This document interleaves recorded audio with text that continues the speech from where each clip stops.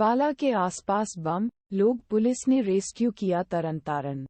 पंजाब के तरनतारन जिले में गुरुद्वारा श्री दरबार साहिब पेकिंग स्थल पर एक अफूटा बम बरामद किया गया है। दृश्य में पुलिस ने पहुंचकर जांच शुरू की। शुक्रवार और गुरुवार को परिसर की सफाई की जाती है। कभी कभी बम मिल जाता था। इसे तैरने 2 पुलिस को सूचना दी गई। पुलिस को रिपोर्ट मिली। गुरु ने तुरंत सभी को परिसर से निकाल दिया। बम निष्क्रिय कर तलाशी अभियान शुरू किया गया है। पार्टी चिंतित थी। खबर के लिए बोमा मौके पर पहुंचे टीम। बम को निष्क्रिय कर बताया जा रहा है कि किया गया है। पुलिस मामला अब भी जांच के तहत है।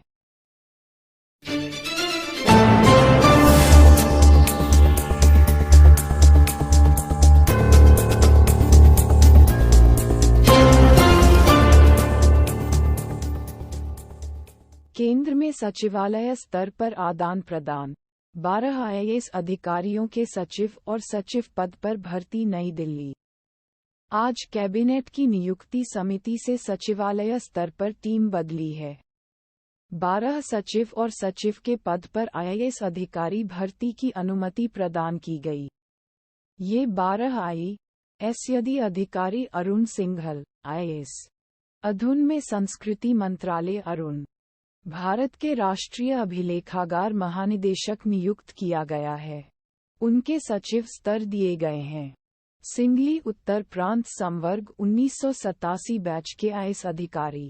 अब वह रासायनिक उर्वरक और जहर मंत्रालय के साथ हैं। उर्वरक विभाग के सचिव के रूप में दायित्व की तुलना अनुराग जैन IAS सड़क परिवहन और राजमार्ग परिषद में सचिव के रूप में नियुक्ति दिया गया। 1989 बैच मध्य प्रदेश कैडर अधिकारी। इसी तरह केरल कैडर IAS शिल्प को अधिकारी राजेश कुमार सिंह व आंतरिक व्यापार संवर्धन विभाग में सचिव नियुक्त किया गया है। मत्स्य पालन, पशुपालन और डेयरी प्रमुख फसलें हैं। उत्पादन मंत्रालय के तहत पशुपालन और डेयरी उत्पादन विभाग में सचिव की भर्ती दिया गया। वैसे ही इसी तरह अंजलि भार राष्ट्रीय अल्पसंख्यक आयोग के सचिव की नियुक्ति समझ गया। मुखमीत सिंह भाटिया सर्टिफाइड केमिस्ट उपशाखा का अध्यक्ष नियुक्त किया गया है। सचिव स्तर पर वेतन मिलना है। सौरभ गर्ग सामाजिक न्याय एवं अधिकारिता विभाग के सचिव की नियुक्ति। अभिलाखू मत्स्य विभाग के अधिकारी विशेष कर्तव्य अधिकारी नियुक्त। B विद्यावास्तु पर्यटन मंत्रालय में विशेषज्ञता अधिकारी न्यू को दिए जाने पर राकेश सरवाल राज्य परिषद सचिवालय से हैं। अतिरिक्त सचिव नियुक्त किया गया। राकेश रंजन को कृषि और कसाक मंगल विभाग में अपर सचिव नियुक्त दिया गया। ईद से पहले विवाद। पटना को अलविदा नमाज के बाद अहमद अमर का जनाजा हुआ। बने रहें नई दिल्ली। माफिया से नेता बने उत्तर प्रदेश में अहमद की हत्या के बाद अब बिहार में टकराव बढ़ता ही जा रहा है। राजधानी पटना में शुक्रवार के समर्थन में प्रदर्शन पूर्ण। पटना रेलवे जंक्शन पर जामा मस्जिद के बाहर मुस्लिम समुदाय के लोग अतलाक और अशरफ के समर्थन में नारेबाजी किया। कलाकारों में शामिल हैं। अशरफ को शहीद बता रहे योगी मोदी मुर्दाबाद के नारे लगाए।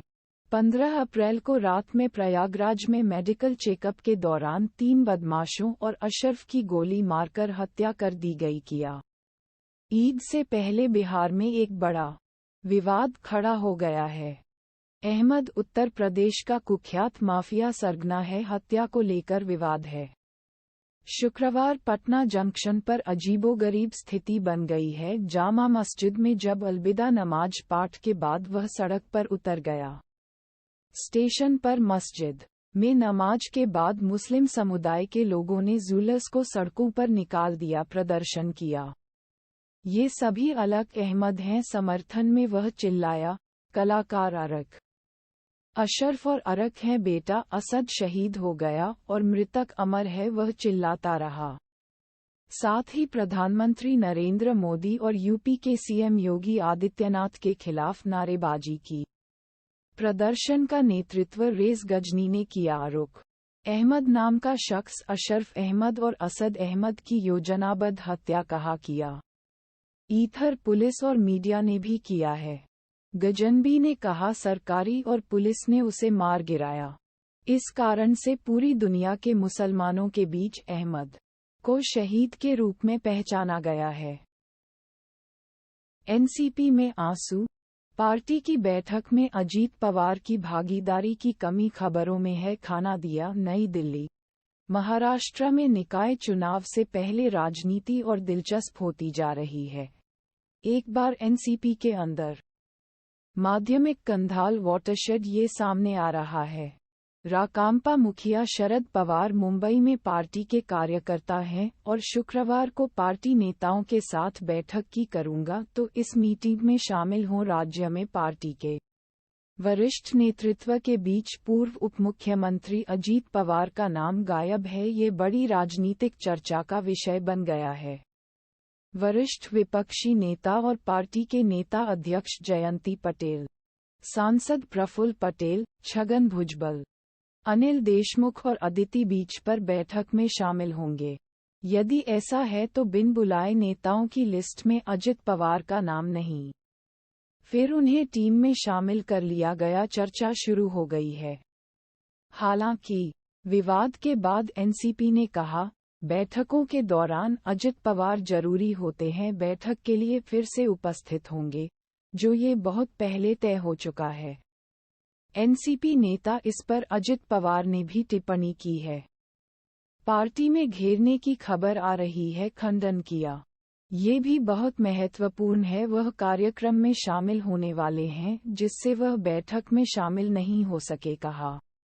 गौरतलब है कि शिवसेना उद्धव गुट नेता संजय राउत ने दावा किया कि अजित पवार जल्द ही बीजेपी में शामिल हो सकते हैं। हालांकि अजीत पवार ने संजय के दावे का खंडन किया, उनकी बीजेपी में शामिल होने की कोई योजना नहीं है, कहा। भत्ते के लिए शरद ऋतु में नंगे पैर चले वे बैंक गए, बूढ़ी औरत बने, वित्त मंत्री बने चूची भुवनेश्वर। 21/04 दाह खारा में कुर्सी 70 वर्षीय व्यक्ति बैंक में भत्ता लाने गया था, था। वह भी फिर नंगे पैर चला गया। यह नबरंगपुर झरींगा ब्लॉक है। घटना 17 अप्रैल की है। वीडियो अब सोशल मीडिया पर बहुत लोकप्रिय है, ये भी वायरल है। केंद्रीय वित्त मंत्री निर्मला सीतारमण ने गुरुवार को वायरल वीडियो शेयर किया। उन्होंने बैंक की आलोचना की है। वीडियो में दिख रही महिला सूर्या है हरिजन। उनका बड़ा बेटा दूसरे राज्य में है, मजदूर के रूप में कार्य करना। वह उनका सबसे छोटा बेटा है के साथ रहता है और वह पशु चराने का काम कर रहा है। विडंबना परिवार के साथ है, जमीन नहीं है और वे झुग्गियों में है, जीविका। एक वित्त मंत्री निर्मला सीतारमण का ट्विटर पर वीडियो। स्टेट बैंक अथॉरिटी साझा करना और लिखना, कृपया इस घटना को गंभीरता से लें। वित्तीय सेवाएं विभाग DFS और SBI मानविकी मुझे एक नेता के रूप में काम करने की उम्मीद है। उन्होंने कहा, पूछा कि क्या यहाँ कोई बैंक मित्र है, क्या नहीं है। अप्रैल 20, 2023 मंत्री के जवाब के बाद SBI ने ट्वीट किया, घटना पर दुख व्यक्त किया। किनारा, श्रीमती सूर्या हरिजन हर महीने अपने गांव से CSP से भत्ता लिया जाता है। वृद्धावस्था के कारण उसकी नोक गायब थी। हम इसे सुनते हैं, घर जाकर बैंकिंग सेवाएं देने का फैसला ले लिया है। जल्द ही हम उसे व्हीलचेयर पर ले आए प्रदान करेगा।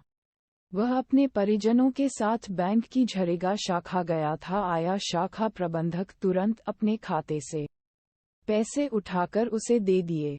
हमारी शाखा मैनेजर ने ये भी कहा कि उसका अगले महीने से उनके घर पेंशन पहुंचाई जाएगी।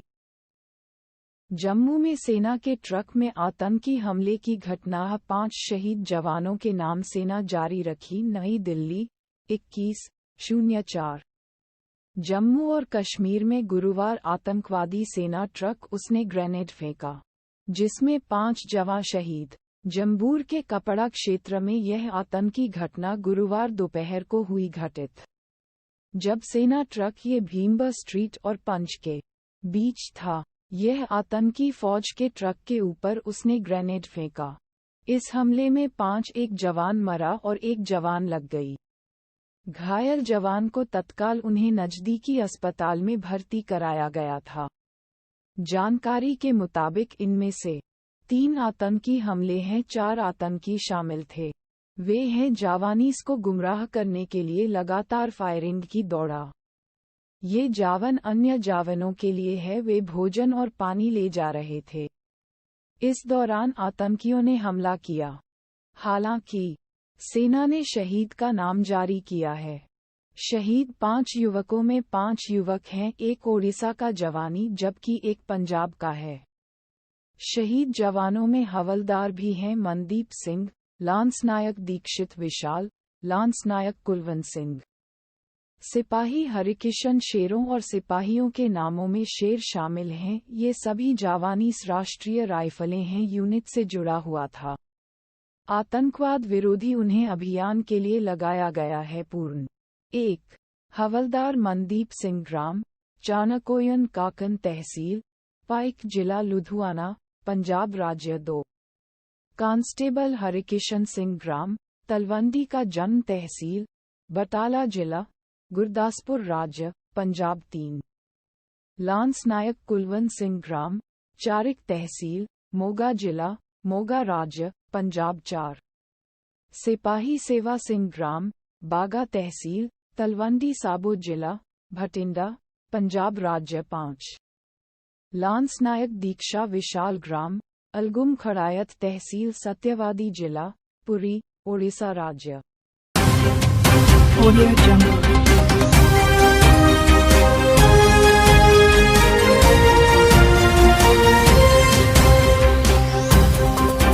Audio Jungle.